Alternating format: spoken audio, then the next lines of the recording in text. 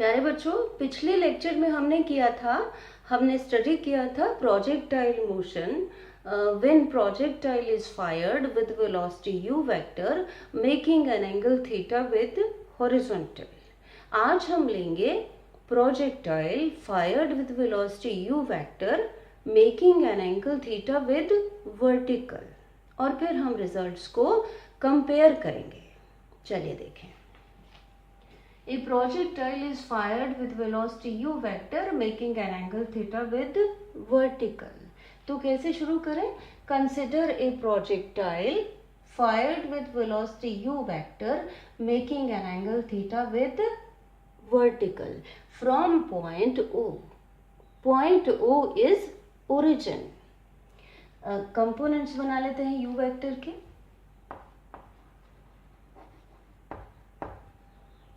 Components of u vector are, सबसे पहले हम कंपोनेंट लिखते हैं वो जो रिजल्टेंट के साथ एंगल थीटा बनाता है और उस कंपोनेंट को लिखते हैं u cos थीटा। दूसरा component u cos theta along vertical. दूसरा कंपोनेंट जो इसके ऊपर परपेंडिकुलर है वो लिखा जाता है u sin थीटा से।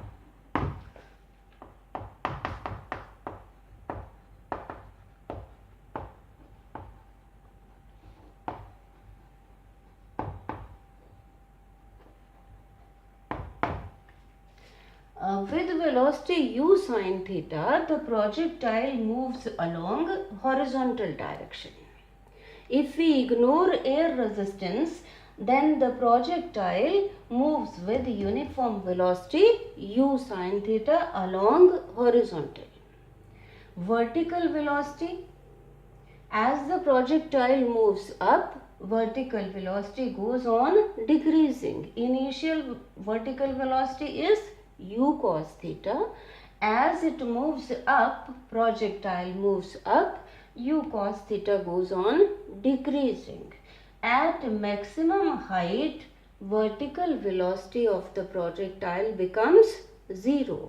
Then the projectile starts falling under gravity alone and ultimately reaches the ground, say at point Q. Let at any time t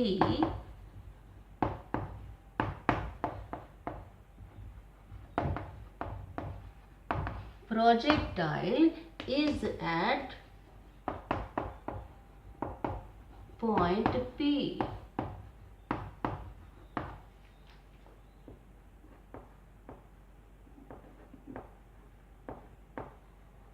point P के कोऑर्डिनेट्स हैं P x y। ये हो जाएगा y और इधर इतना x, आप जानते हैं। x को लिख लें position of the projectile at time t along horizontal.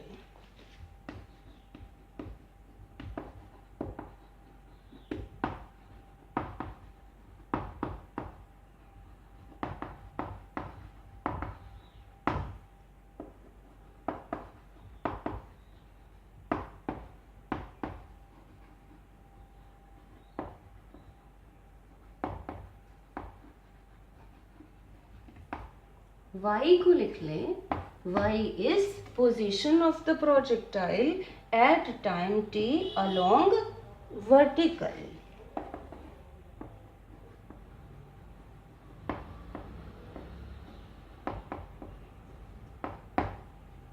अब हम स्टडी करते हैं motion of the projectile along horizontal and vertical separately.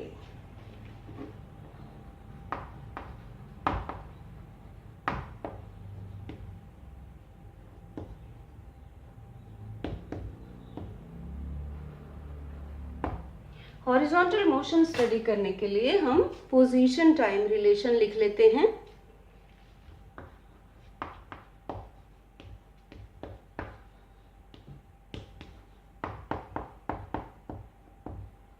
Relation ये होता है। अब क्योंकि ये x डायरेक्शन में है तो हम सबस्क्रिप्ट लगा लेते हैं x और यहाँ a x, मीनिंग्स लिख लेते हैं। x not is position of the projectile eight 0 time along horizontal. x is position of the projectile at time t along horizontal. v1x initial velocity of the projectile along horizontal. ax acceleration of the projectile along horizontal.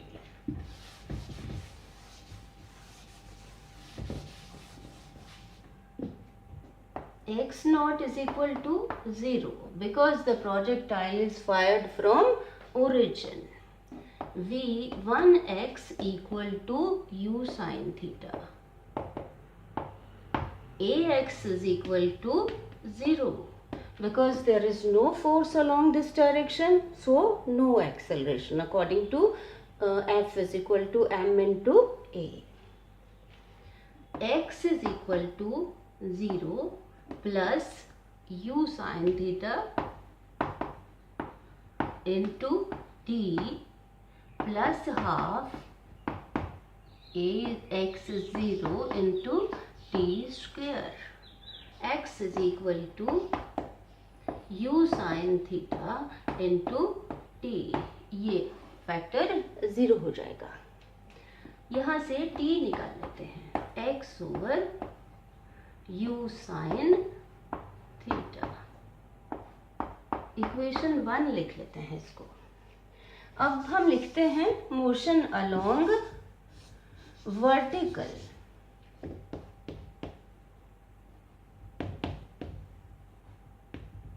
इसी तरह का relation position time relation along vertical y equal to y not plus v1 y into t plus half a y into t square. Meanings लिख लें। y not is position of the projectile at 0 time along vertical. Y is position of the projectile at time t along vertical. v1y initial velocity of the projectile along vertical and ay acceleration of the projectile along vertical.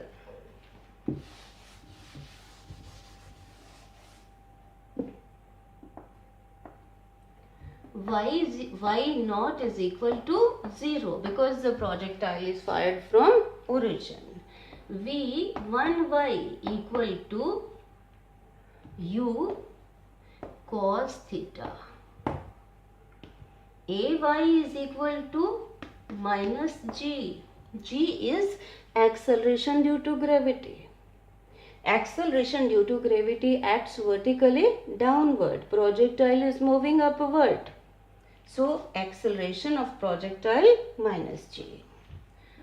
Y is equal to 0 plus u cos theta into t plus 1 by 2 into minus g into t square.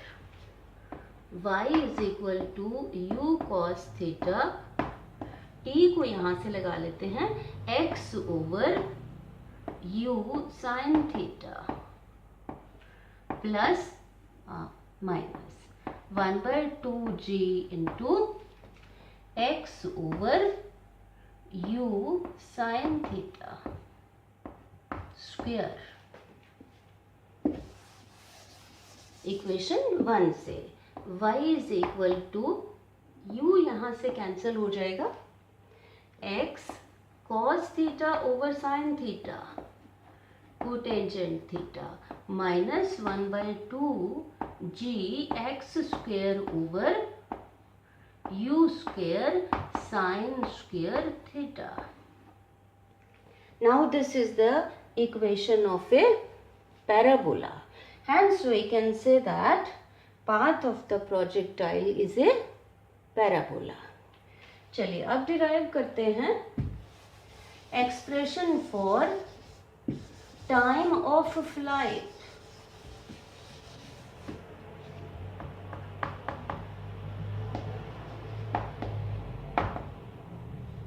Time of flight t, time for which the projectile remains in air.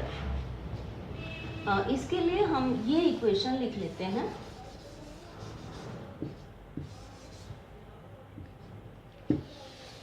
और इस equation में देखिए कि जब projectile यहाँ पहुंच जाएगा तब पोजीशन जो है प्रोजेक्टाइल की y, that will become 0 at t is equal to capital T, y is equal to 0. y coordinate becomes 0. Substitute कर दें. y 0 equal to y naught 0 plus v1y u cos theta into t की जगह क्या लिखें? Time of flight plus half acceleration minus g into t square.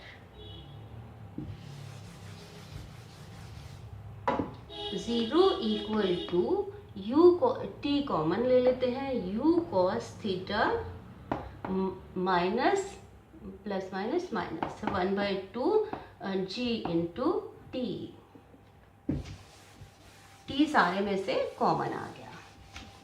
वो जो t is equal to 0 है that corresponds to this position of the projectile. इसको इधर ले लेते हैं. 1/2 g into t with positive sign आ जाएगा ये इधर इक्वेशन के. u cos थीटा, तो t आपका आ गया 2u cos theta over g. ये एक्सप्रेशन टाइम ऑफ फ्लाइट के लिए. जब आपने एंगल इधर लिया था तब ये 2u sine theta over g आया था. कैसे याद रखें कि जो वर्टिकल कंपोनेंट है उसके साथ लिखा जाता है टाइम ऑफ फ्लाइट. चलिए अब हम निकालते हैं मैक्सिमम हाइट.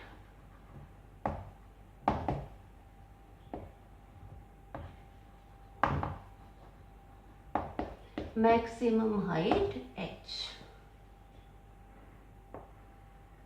ये है maximum height h attend by the projectile. फिर वही इक्वेशन लिखेंगे.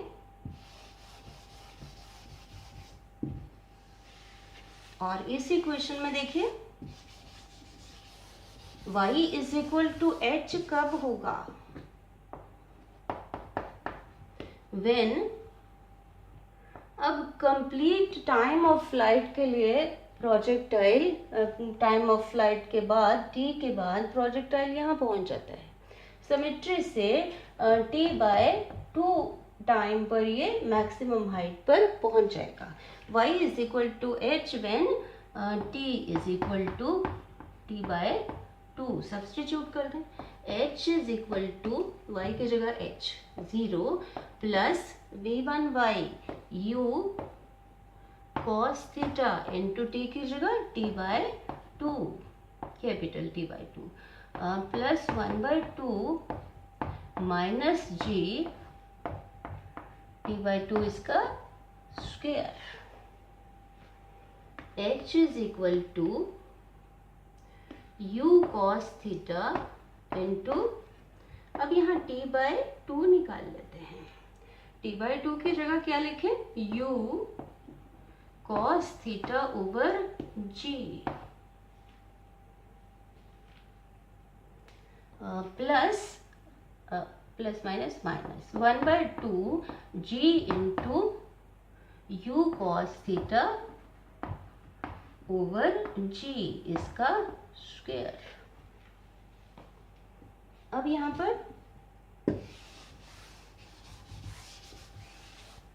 H is equal to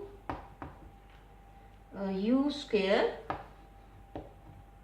cos square theta over g minus 1 by 2 g into u square cos square theta over g square. एक g यहाँ से cancel हो जाएगा. H is equal to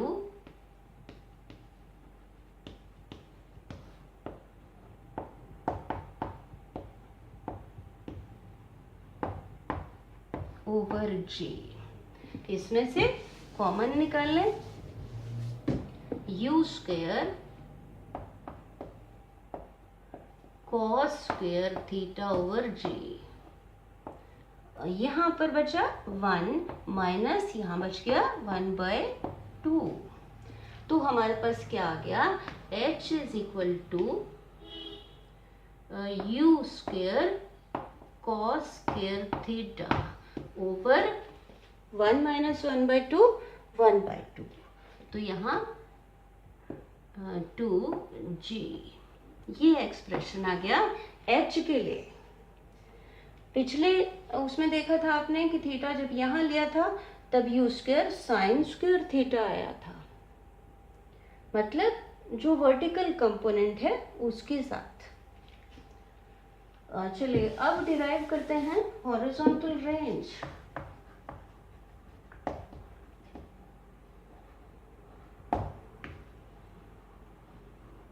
horizontal range को हम R लिखते हैं और R is equal to OQ.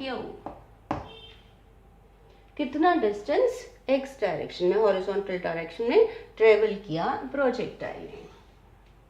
इसके लिए हम एक्सप्रेशन लिखते हैं position time relation for x axis. x is equal to x not plus v1 x into t plus half ax into t square. अब यहाँ पर कब ये r के बराबर होगा x will be equal to r when t is equal to time of flight. पूरे time of flight के बाद प्रोजेक्टाइल क्यू पर पहुंच जाएगा. तो सब्स्टिट्यूट कर दें इसमें. x की जगह r equal to x not is 0 plus v1x u sine theta into t के लिए क्या लिखें? Capital T plus 1/2 into acceleration along this direction is 0. तो ये फैक्टर जो है वो 0 हो जाएगा. r is equal to u sine theta. t की value 2u cos theta over g. तो हमारे पास क्या आ गया? r is equal to u square into 2 sine theta cos theta over g. r is equal to u square into 2 sine theta cos theta is equal to sine 2 theta over g. ये expression आ जाता है horizontal range के लिए. और आपने देखा कि उस केस में भी हॉरिजॉन्टल रेंज के लिए यही एक्सप्रेशन आया था. रेंज मैक्सिमम कब होगी? r is equal to r maximum when sine 2 theta is equal to maximum, और when 2 theta is equal to, ये मैक्सिमम वैल्यू होते हैं 1. 2 theta is equal to 90 degree और theta is equal to 45 degree.